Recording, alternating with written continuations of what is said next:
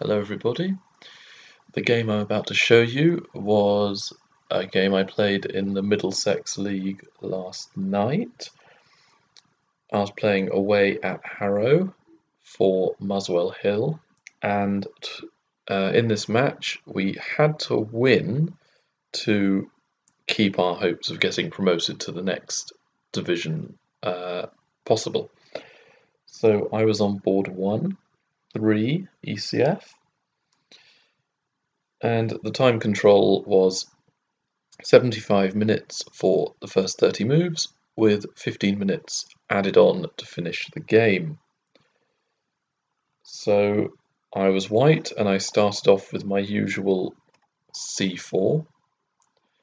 And here my opponent did something rather unusual. He played b6. And the idea of this move is to fincasso the bishop very early and to try and stop white being able to execute their idea of fincassoing the g2 bishop, the f1 bishop's g2, and combat white on the light squares.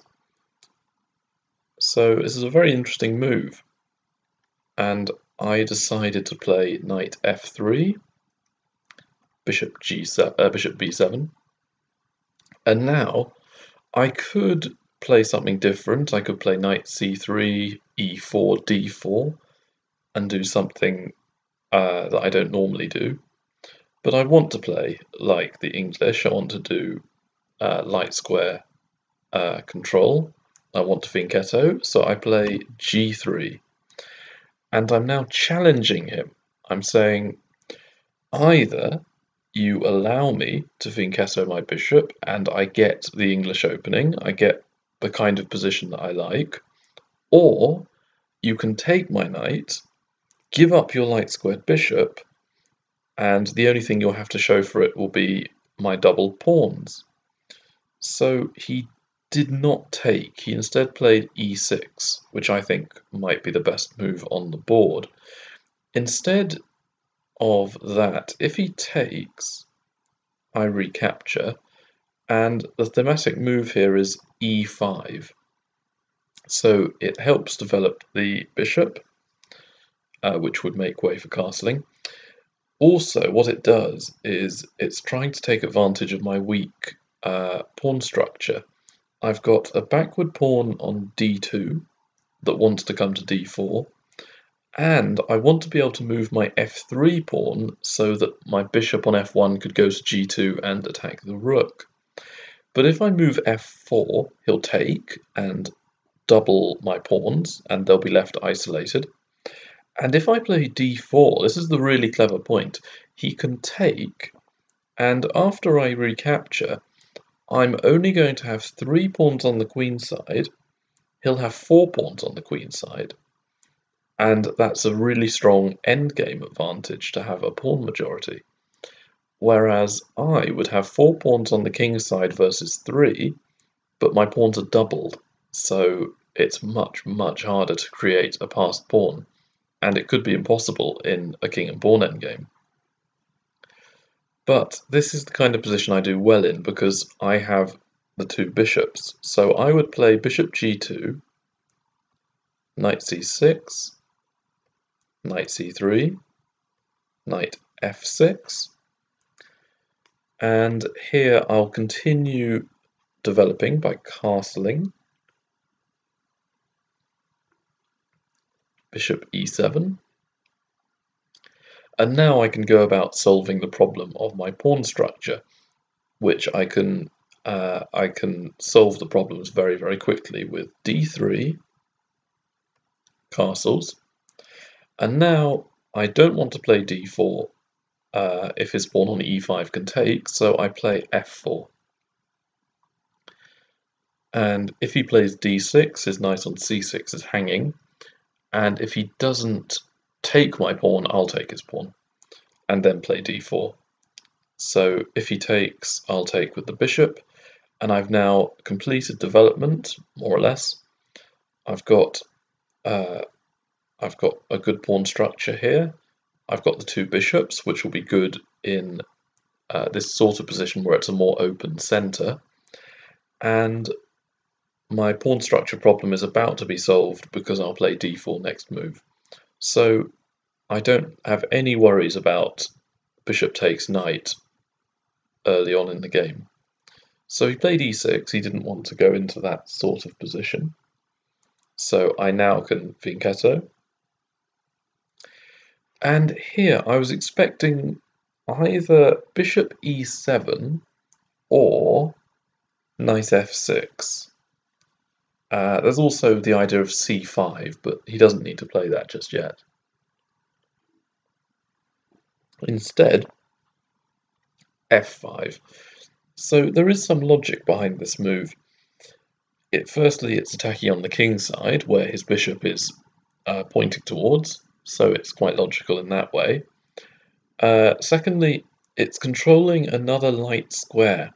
e6 helped out control d5, and f5 is now controlling e4 along with his bishop.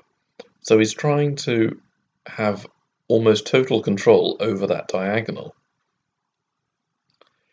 Now the only drawback to this move is it's another pawn move, so he's not developing. But I need to make a pawn move to develop my bishop. So I play b3.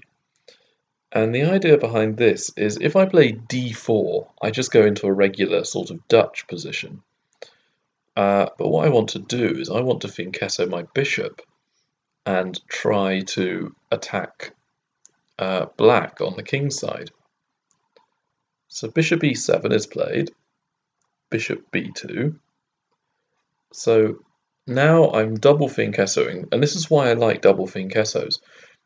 My two bishops are having an influence over every central square, and I'm also attacking the two rooks. In a way, my bishop is potentially able to take both rooks,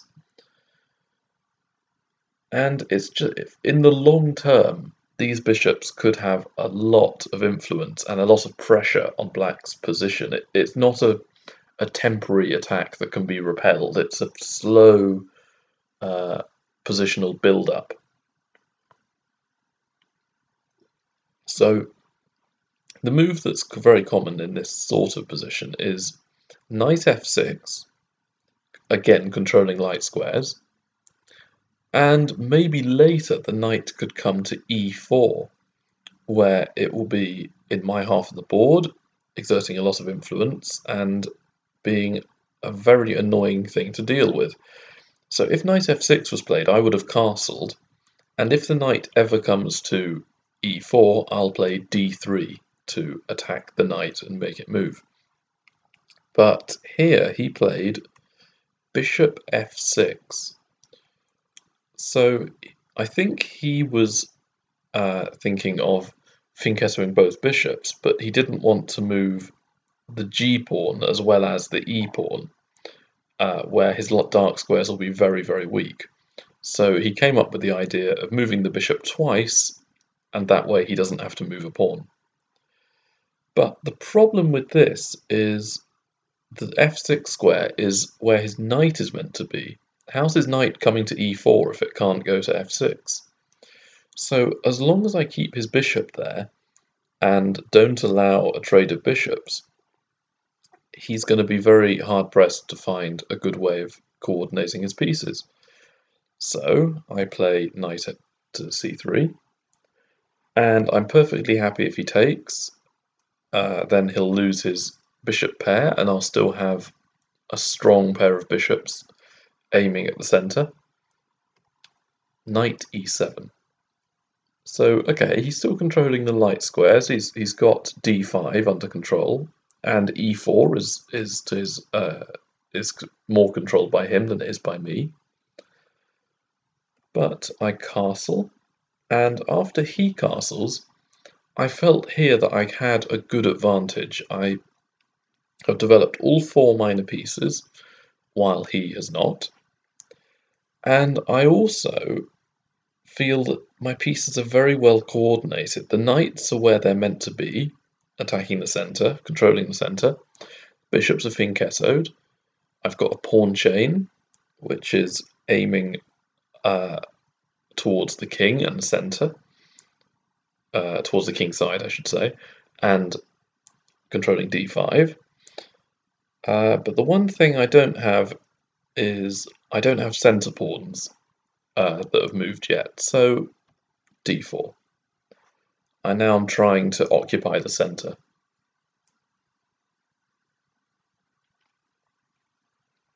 And another reason this is quite good is that if the knight was on f6 instead of e7, he would now be able to jump into e4. I would never be able to really kick the knight away with a pawn, and that would be probably good enough for black to claim to have equalised. But now that can't happen, so I'm able to play d4 without any fear. And a potential idea that white has is, again, to operate on the light squares, so maybe I could play d5 in the future, and that would blunt his bishop, and it would allow me to gain some space. So if he plays d5, then his e6 pawn is very, very weak, and I could use that later for an advantage. So the two moves I was looking at were c5, challenging my pawn, and here I thought that taking was best because after he takes, I can occupy a square, I can infiltrate with queen d6.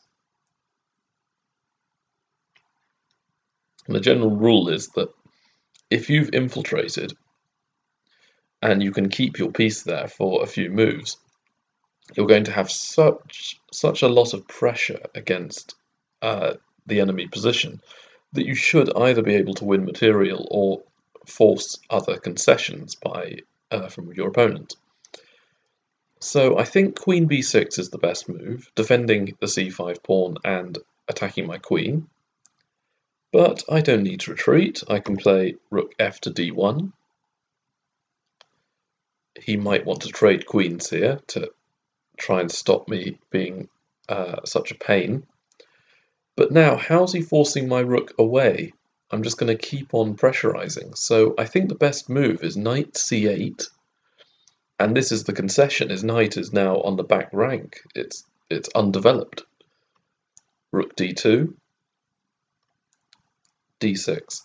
So here he'll have succeeded in plugging the hole on d6, but I can just keep on attacking his position. I'm now threatening knight takes d6 as well as knight c7, trapping the rook. Bishop takes, rook takes, knight c6. So again, it looks like he's out of the woods, but not just yet. I have knight g5 attacking the pawn, so rook f6, rook d1, so I'm just continuing development and attacking pieces, creating threats. Knight d8, knight takes d6, knight takes, rook takes, bishop takes, king takes, and I have a commanding advantage here. It's a very good position for me. So I'd not quite analysed this far, but I knew that my pieces were so active that I would be able to get a significant advantage.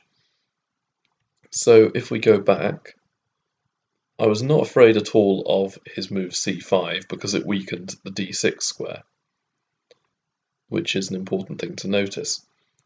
Instead, though, he played the other move, d6. So perhaps now he could play c5, and if I take, he could recapture with the d pawn, which would weaken e5, but it would at least stop me from infiltrating so much. Or he could even play b takes c5, and then I can't come to d6. And as long as he could defend d6, then he's out of the woods. Now, here I'd looked at d5, but I thought that he could play e5, and it's just not my kind of position. Maybe knight g5 could be played in the future, and exploit his weak e6 square. But the position is very, very closed up, and it's difficult for me to exploit my lead in development if the position is closed. So I want the position opened up.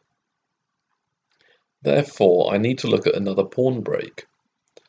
And the main one is e4. I want to play e4. But if I do, he has two attackers on e4. I only have one defender. So I need to get more defenders. And I do that by developing with rook e1. So again, e4 is the move here. And again, what I'm doing is I'm exploiting his bad development. If his knight and bishop on e7 and f6 were the other way round, as they're meant to be, then that wouldn't really be a very good move. And he could have played knight e4 for the last few moves. So I don't have the pawn break, but because of his bad position, I do. Knight g6. I think here he's just making moves. He doesn't really know what it is he's trying to do here. Knight g6 doesn't strike me as a very good move. I was looking at knight d7 instead, which would develop his last minor piece. And okay, he's still a bit worse, but at least then he's got fairly good development. His pieces are all kind of working together, and he could then maybe play more actively. But knight g6 is taking his knight away from the center, and what squares is the knight able to move to? So the knight here, I would describe it as being active because it's able to move to a lot of squares and is controlling a lot of dark squares, but it's not very mobile because it can't move to e5 because of my pawn, and f4 and h4 are both controlled by my pawn on g3. So this is a common theme where if a knight's on the 6th rank, if you have a pawn on the 3rd rank, which is on the same file, the knight then is restricted. So the knight isn't very good on that square. The only useful thing it's doing is it's controlling e5, so maybe it could push with the pawn to help the pawn push to e5, where it would be helping it out. But knight g6 is not my favorite move. And here I actually missed a very useful move here. I was too obsessed with playing the move e4, which I did play, and it gave me an advantage. But can you see the even stronger move that I missed?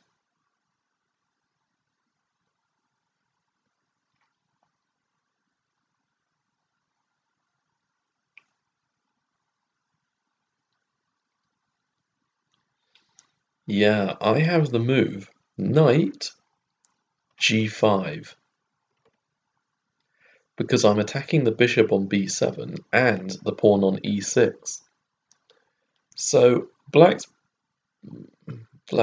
in trouble. I'm not sure what the best move is. The computer gives about 3 options. But the reason I rejected this line was I forgot the queen was on d8, where it would be attacked by my knight on e6.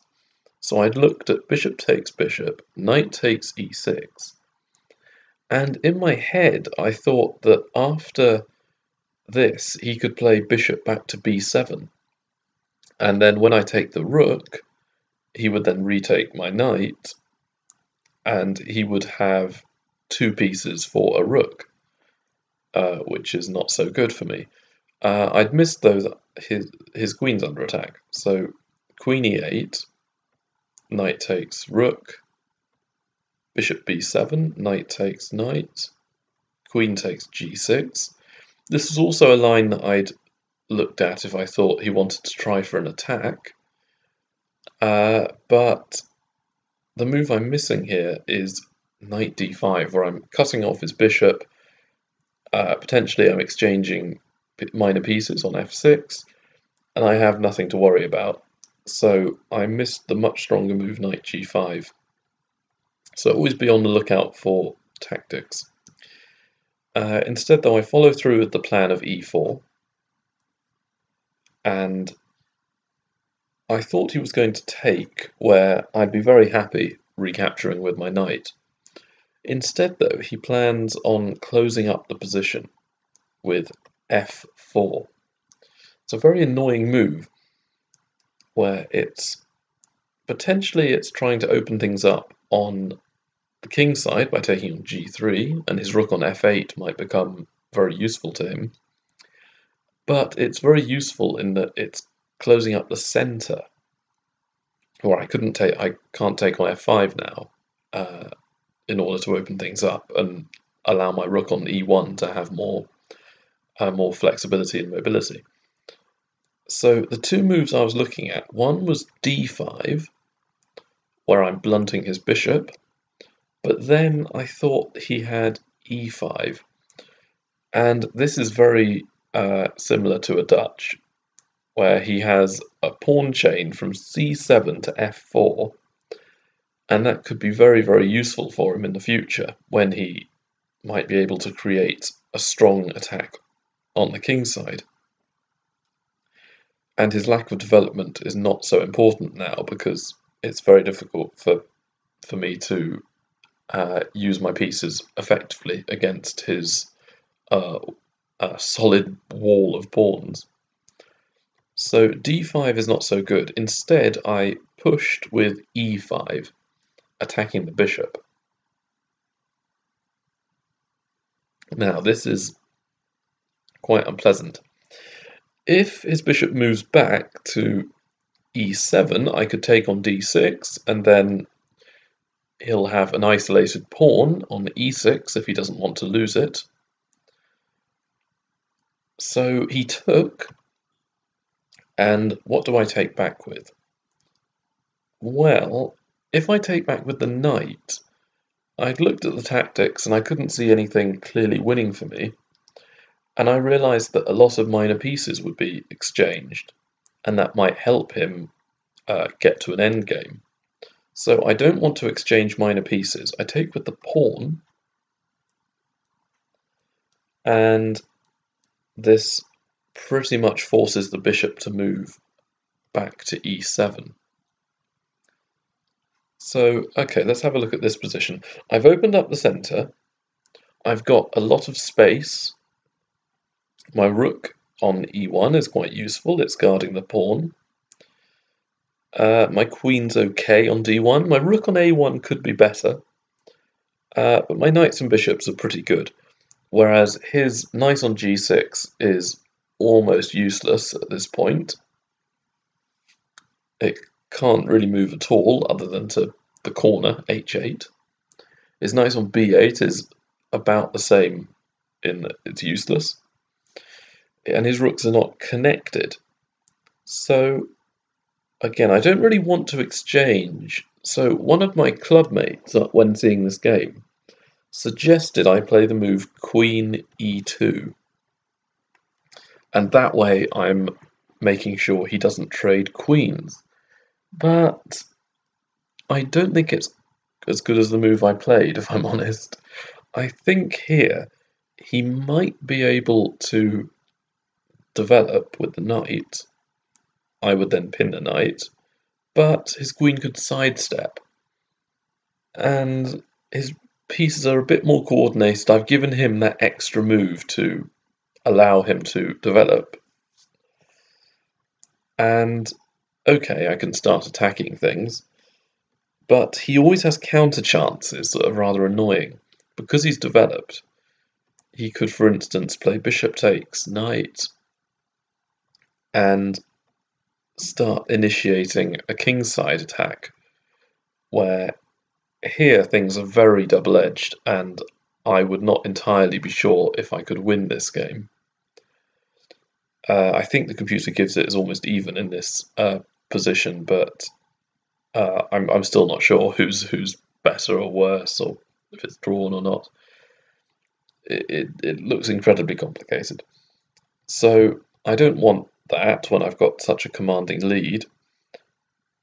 Instead, I thought if he does trade queens, it helps me develop. I'll take with the a1 rook, and then I'll have everything on perfect squares. So he'll still be behind significantly in development.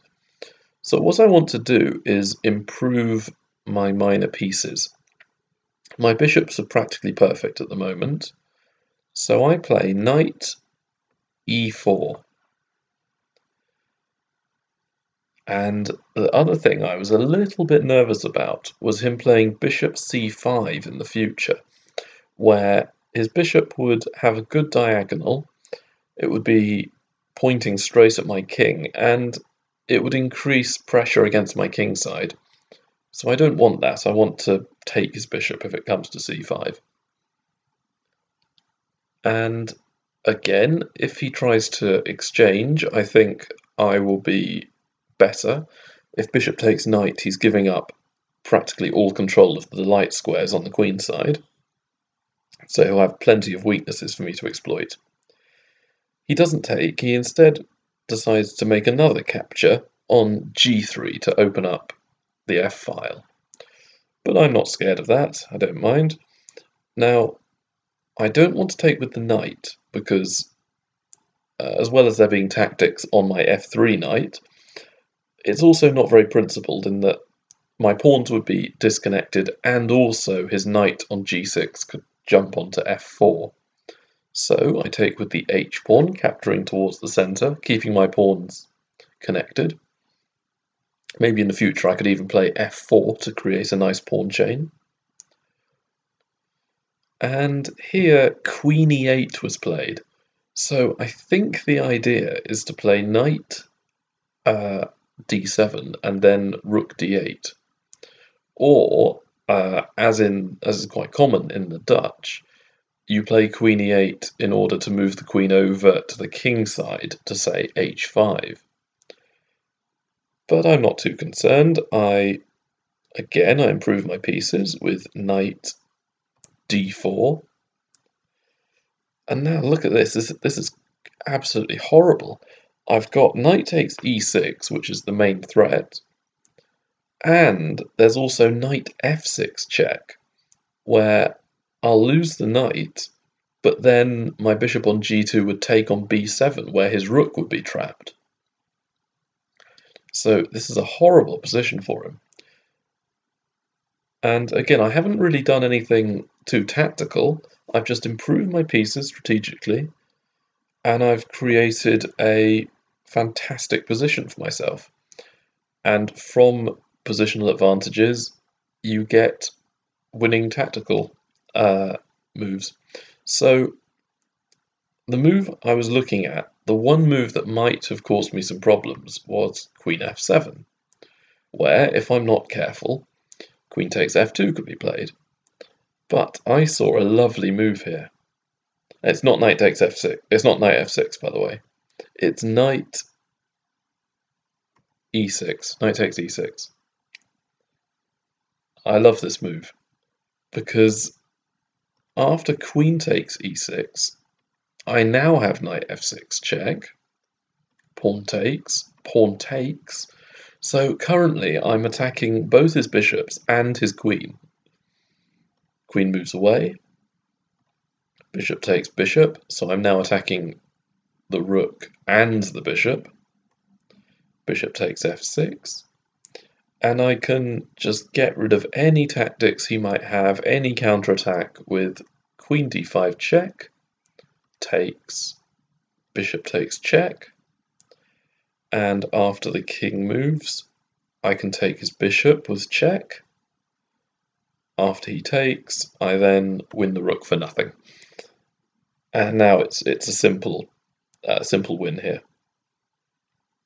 I'm the exchange up and a pawn up as well, so it's easy.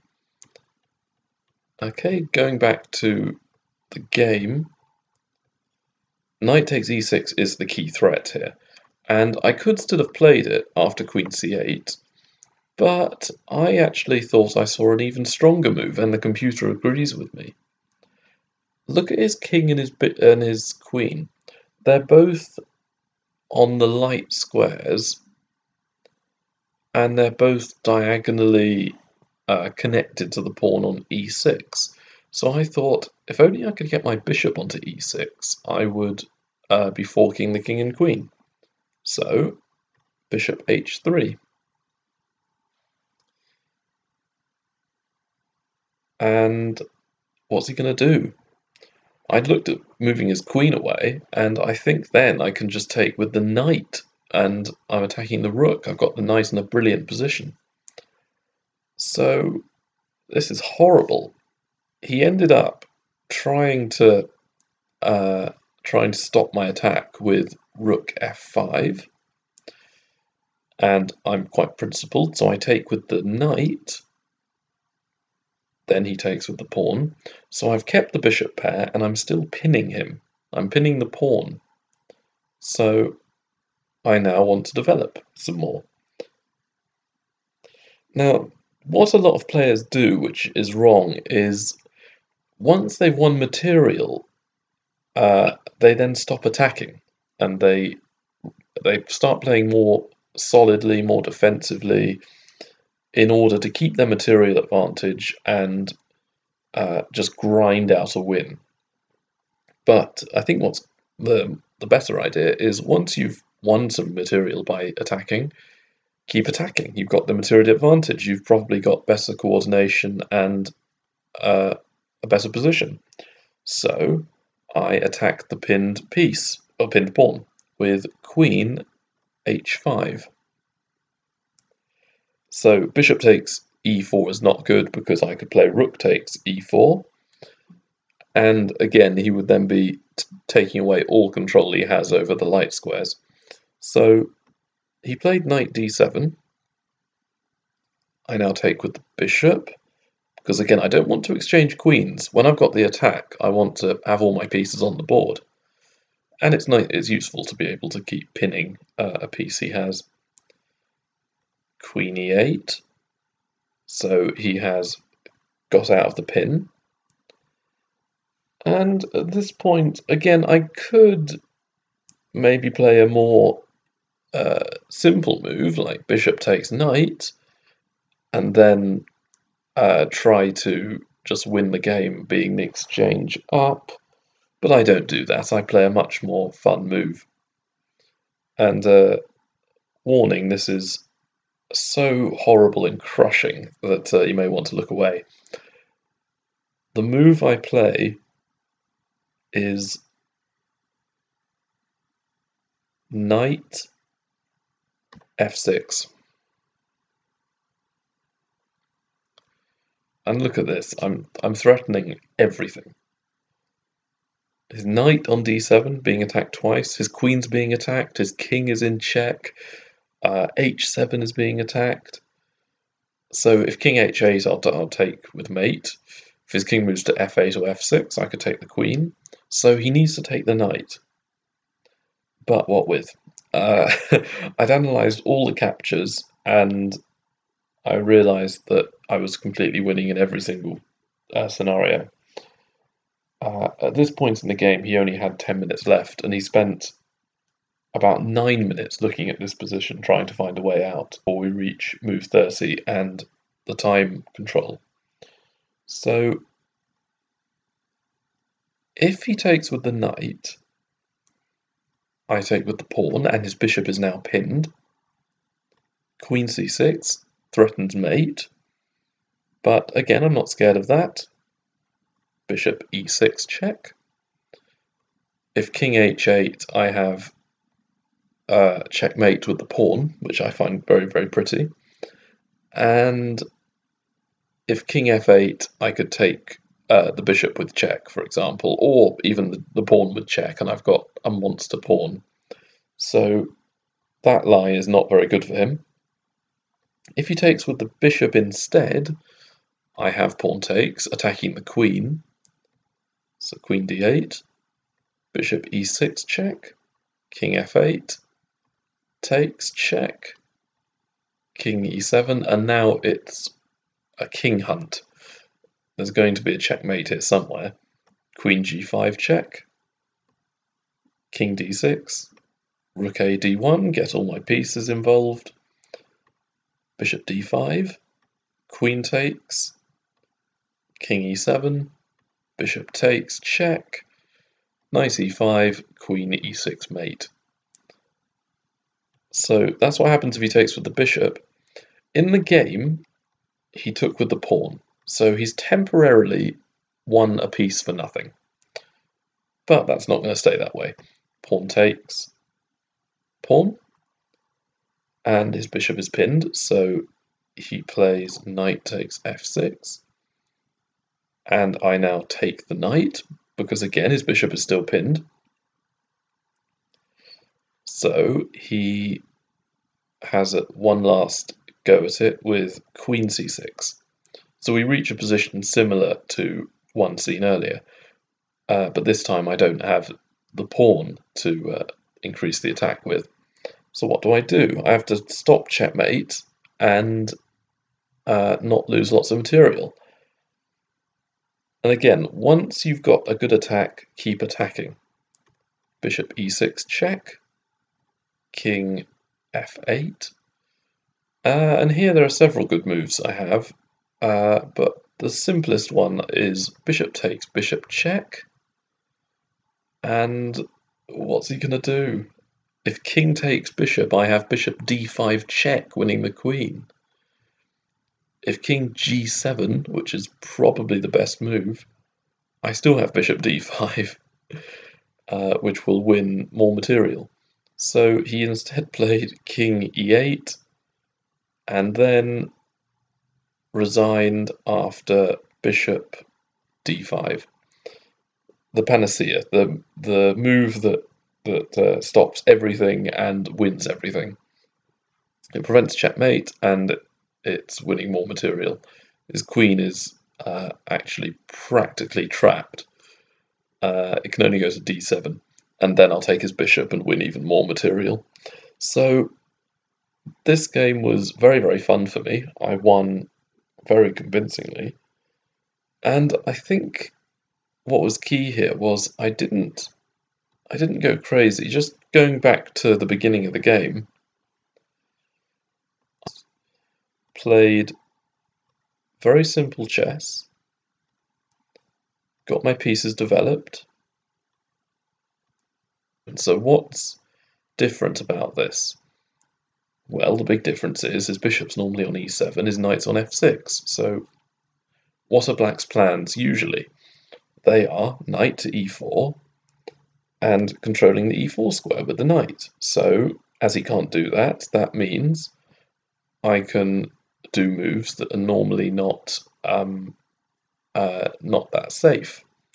So I weaken e4 temporarily with the move d4, because as he can't really gain any more control over e4, I'm not really weakening it in a way. It's not really weak if he can't exploit it. So then I think, okay, he can't control e4, so I'll control it. Develop my rook.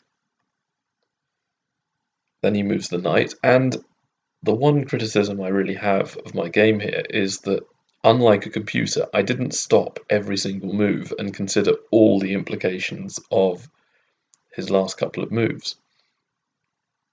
He hasn't done anything to develop his other knight, and therefore his rook is trapped at the edge of the board.